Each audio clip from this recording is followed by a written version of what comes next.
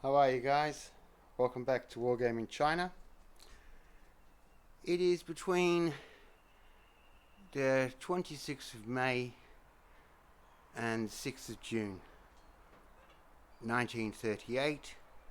We are in the first war zone in Henan province, and we are between Lanfeng and Kaifeng for the counterattack of elements of the Chinese 200th Division attack into the flank of General Daihara's 14th Japanese Infantry Division. Now, the battle is called Lanfeng, but as far as we're concerned today with the armoured elements, we're closer to Kaifeng than Lanfeng. Indeed, the whole battle takes place closer to Kaifeng than Lanfeng.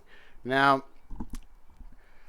this is part of, as I said, the northern and eastern Henan campaign, which was kicked off when on the 20th of May, when General Daihara, against all orders, decided that with the fall of Zhuzhou, he and the opposition the Japanese army was meeting, he could swing a right hook from his positions, cross the Yellow River, and advance on the Longhai Railway. And it is indeed the counterattack of the Chinese 200th Division that will, to some extent, delay his plans. Now, the counterattack by the 200th Division at Lanfeng in Western sources is seen as a victory. We can look at newspaper sources and see that, and a quick reference would be that most Westerners would think that the Chinese won the Battle of Lanfeng because the elements that Qiu Quingquan was leading of the 200th Division would indeed manage to break the Japanese flank and divide the Japanese 14th Division in two, trapping 7,000 troops around Lanfeng. However, because of the weakness of supporting units, because by this stage of the fighting, just for an example, the 87th Division had lost 7,000 men. So the Chinese forces that are trying to hold this encirclement in place were just far too weak. And the Japanese, also Western sources would say that this counterattack resulted in the liberation of Lanfeng, which was then defended and which the Japanese took again. But I don't know if that's true. I'm not saying it's wrong. I just haven't. It doesn't really correlate with Chinese accounts. So even though it was a tactical victory here for the Chinese, as I said, the strength of the supporting units was too weak to complete the encirclement. Now, the eastern and northern and eastern Henan campaign was over by June 10th, and that was when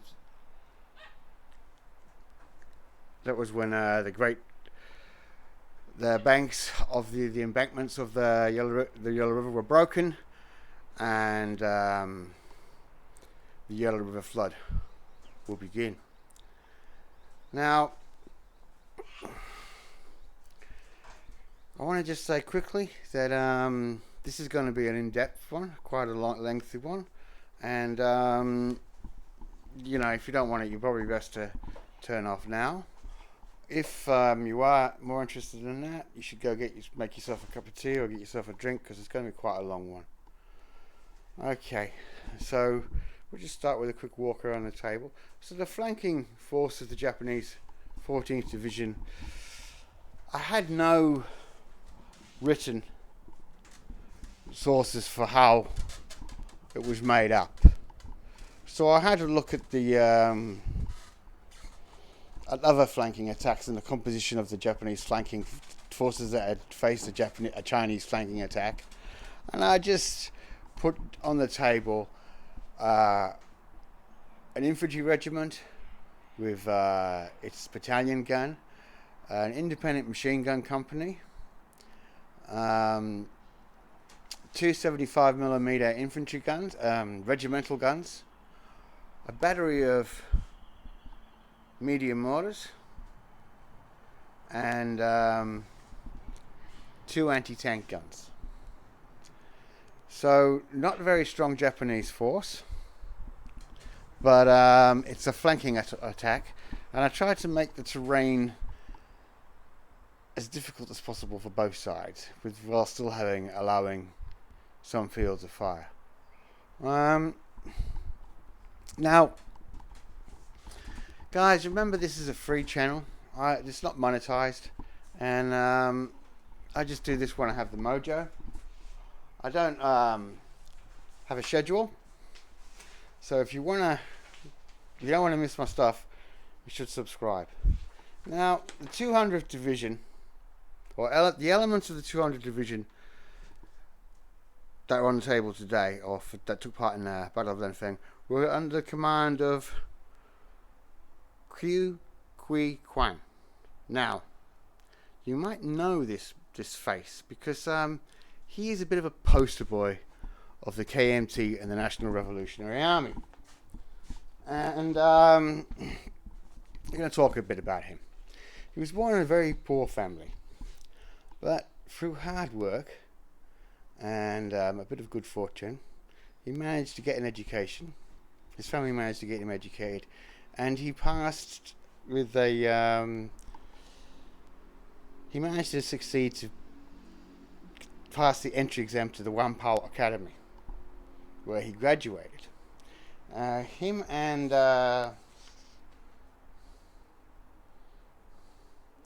Du Yuming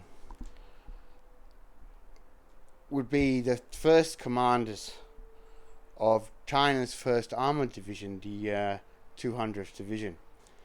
Now, it's not the first time elements of this division have been in combat. A company of the tank regiment was in with Vickers, 6-ton of tanks, took part action in Shanghai, and a company with Panzer Is saw action around Nanjing. But this is the first true armoured attack of the National Revolutionary Army, of China's army, and this is something unusual for this channel. This is the actual Chinese army. We keep seeing the provincials and the warlord units, but this is China's army. So, formed in 1933, the 200th Division originally formed of the 1149th Tank Regiment and the 1150th Tank Regiment, and the 1151st Armoured Car Regiment, and the 1152nd Mechanized Infantry Regiment. No artillery was attached to the division at that time. There are some that say that the regiment at this time was of 4 battalions. Now let's go back to Du Yuming and Qiu Quingquan. They graduated from the Wanpao Academy in plenty of time to see lots of combat in the NRA, and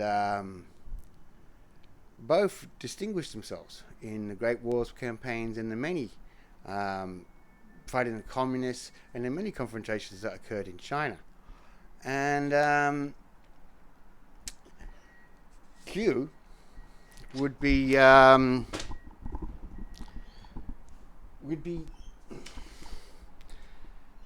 he would be a bit of a darling of the NRA because he was good looking, and he was a fine dresser, and he was a very brave man. In fact, Qiu was so brave that he was called Qiu the Madman.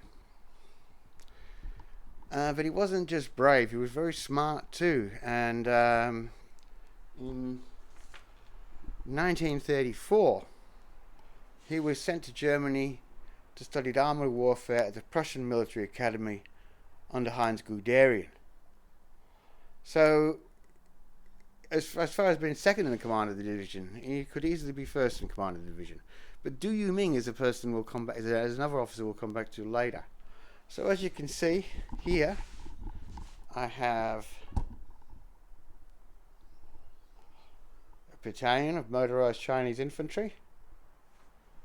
Next along, a battalion of motorized engineers.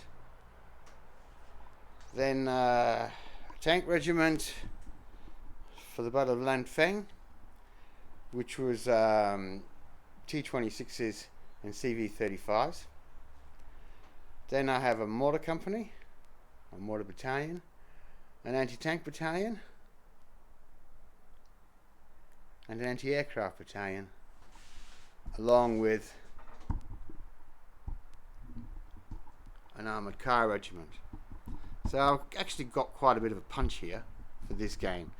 And on the day, as I said, the Chinese achieved their objectives. They did cut off the Japanese, but they weren't in strength enough to maintain that throttle on the Japanese. They couldn't maintain the encirclement.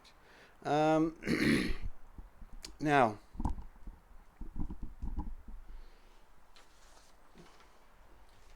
Qiu the Madman, when he will later become commander of the demonstration brigade, and this is why you will be familiar with the face dressed in a beautiful tailored uniform, displaying the latest piece of equipment of the National Revolutionary Army.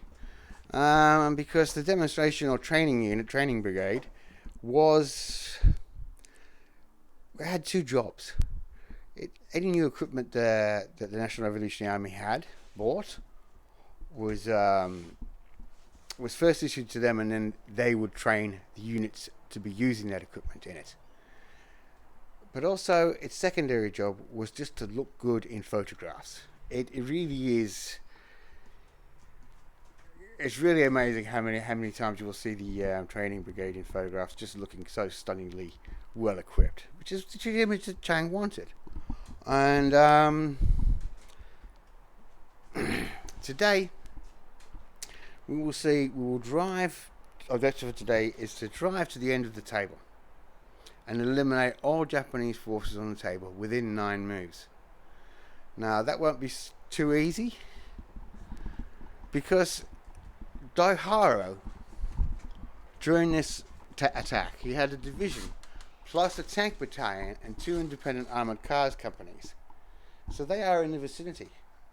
So I'll be rolling dice to see if these Japanese vehicles enter the battle, because it's very plausible it could have happened. It didn't, but it's plausible. So that'll be a factor in today's game, the Japanese armour. Now,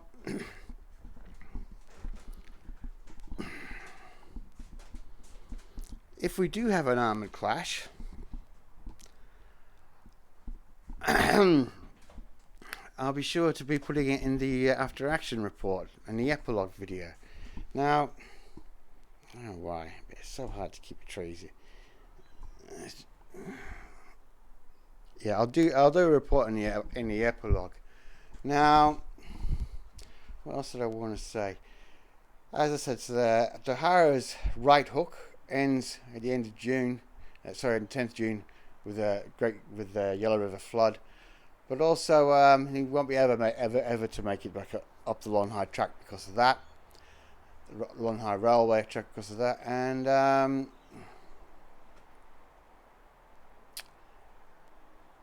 we will see that in the order of events that happened, Lanfeng fell on the 28th of May.